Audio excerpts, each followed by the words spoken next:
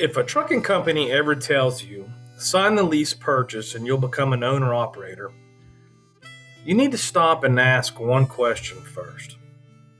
Who actually owns the truck when things go wrong and there's a problem? Because in a lot of these programs that are out here across the United States, the drivers carry all of the risk, but the companies are keeping the control. Welcome to Big Rig Nation. Lease purchase programs exist because they sell a very powerful dream to drivers. The pitch usually sounds something like this: be your own boss, run your own truck, no credit check needed.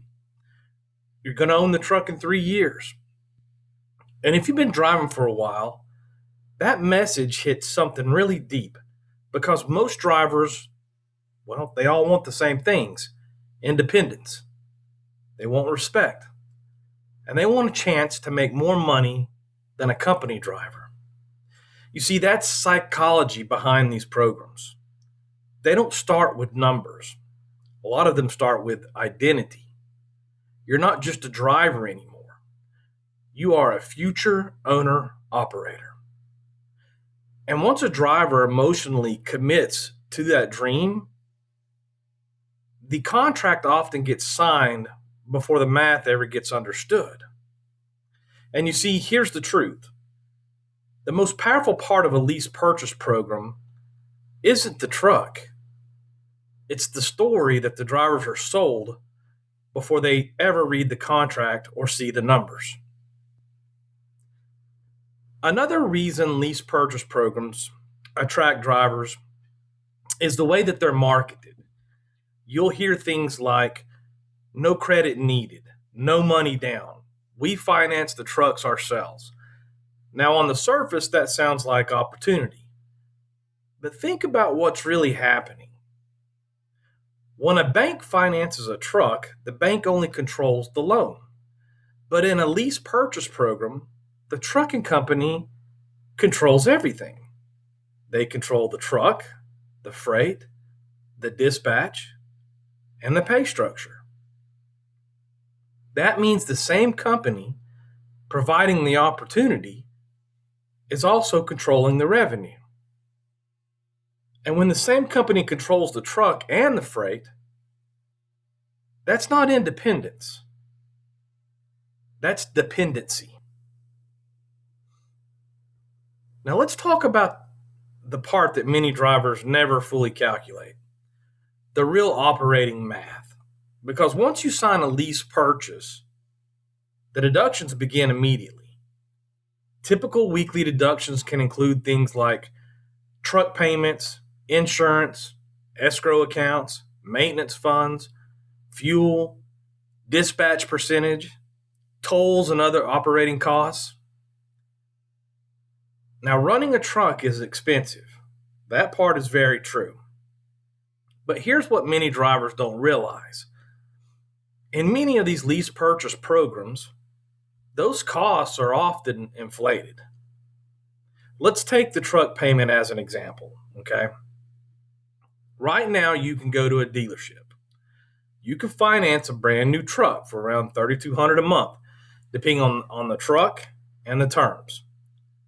But many drivers in lease purchase programs are paying $1,200 to $1,500 per week. Now think about that for a second. That's $4,800 to $6,000 per month. Now let's compare the math. If you buy a truck from a dealership for $3,200 a month, over 48 months, you're going to pay $153,000. And when that loan is finished, the truck is actually yours. Now look at many lease purchase structures.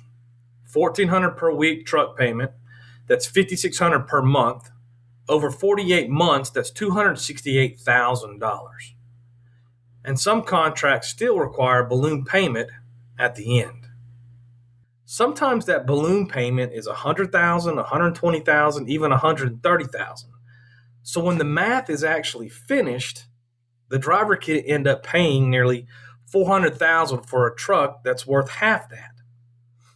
And see, the company still controls the freight, the dispatch, and the revenue structure. That's why understanding your break even number is so important. Your break even number is the amount of revenue you must generate every week just to avoid losing money, not to make a profit, just to survive. And if you don't know what that number is, you're not running a business, you're running blind. And here's the line every lease driver should remember: if you don't know your break even number, you don't own a truck. The truck actually owns you. Let's talk about this.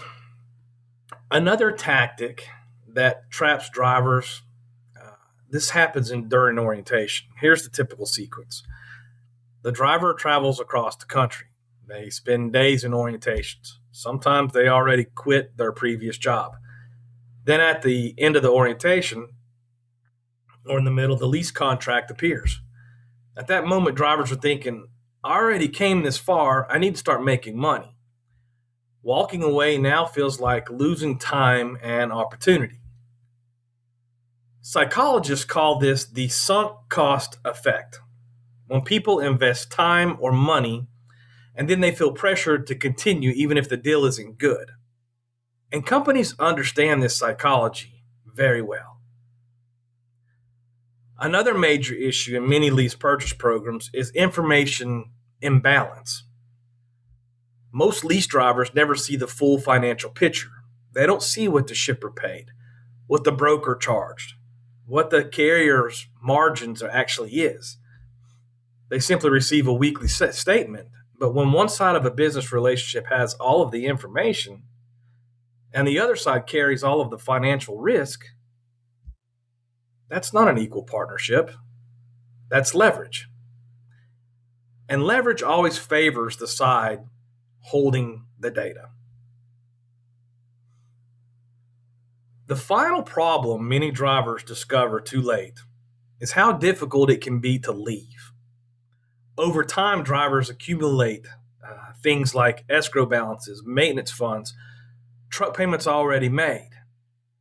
And if they leave early, they may lose some or all of that money altogether. Now the driver feels stuck. They keep running the truck. Not because the deal is good, but because they're afraid to lose what they've already paid. And that psychological pressure keeps drivers locked in bad situations way much longer than they should be. So, all in all, the trucking industry doesn't need more drivers chasing dreams. It needs drivers who understands the numbers, because when drivers understand the math, they stop signing bad deals. And when drivers stop signing bad deals, the entire system changes. And if you want real information about trucking contracts, freight, and how this industry actually works, keep subscribing to Big Rig Nation, because drivers deserve the truth. And look, before we go, I want to ask every driver watching this one question. If you've ever been in a lease purchase program, did it actually make you money, or did it leave you worse off than when you started? Now tell the truth in the comments, because we know we got a lot of moderators out here that watch our material now. But look, because the more drivers talk about what's really happening in this industry, the harder it's going to become for bad systems to keep operating.